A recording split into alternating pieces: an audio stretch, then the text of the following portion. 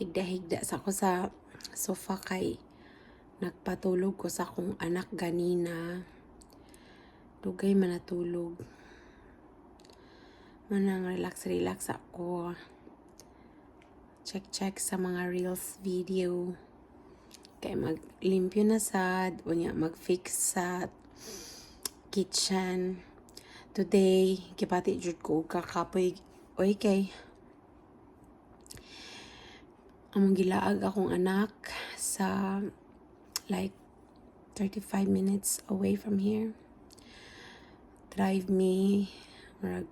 It's Saturday, so family time. So, kapoy jud ko, pero enjoy kaayo. Labi mag-enjoy akong anak, kina-enjoyan po akong feelings. Dili lalim pod oy ang life diri sa Norway. Walay yaya, walay driver, walay manglimpyo sa balay. Imagine ra gud na pila ra among hours unya. Work more than 100%. Unya nate anak, ati manon, manglaba, tanan. As in usahay makalipong. Pero that's our life.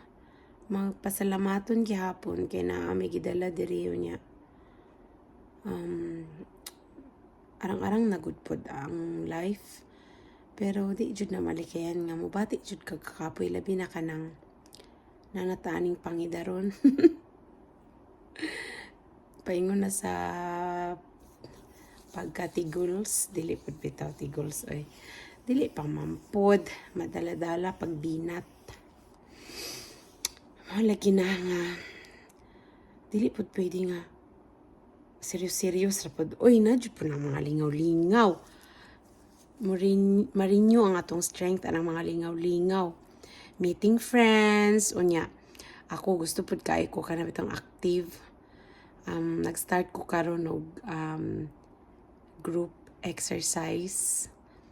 Nya, barato ra ang bayad, so matry ko. Kay isa pa ko nakadto. Unya church, mga meetings, and syempre di ginato na last priority, first priority ginang church, first priority ginang Ginoo kay siya man ang naghatag sa tanan.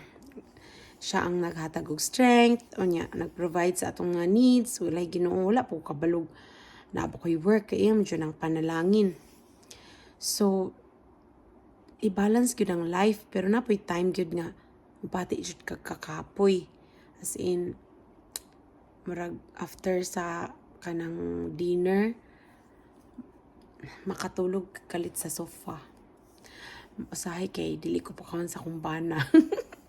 Makamata ko mga alauna, oy, napamanday ko sa sofa.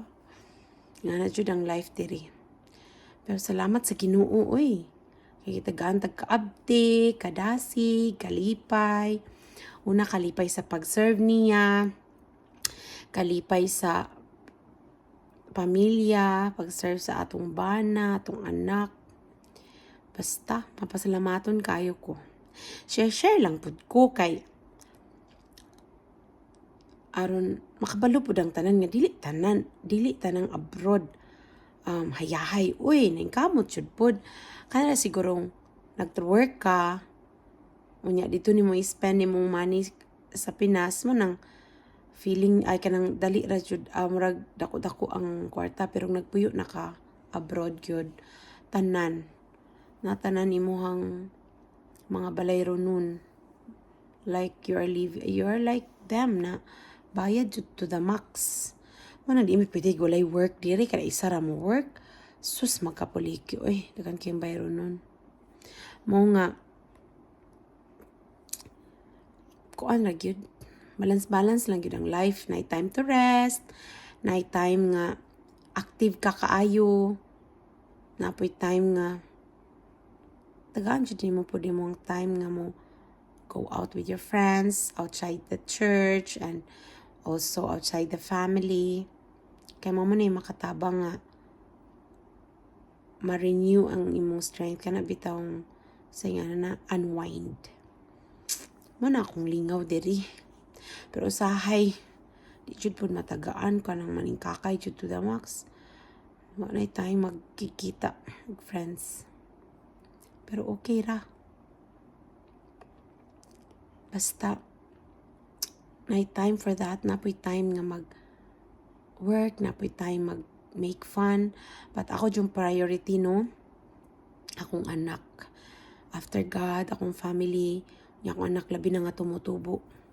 Need yun nga, gusto na ko ma-experience siya, mag-create og moments together.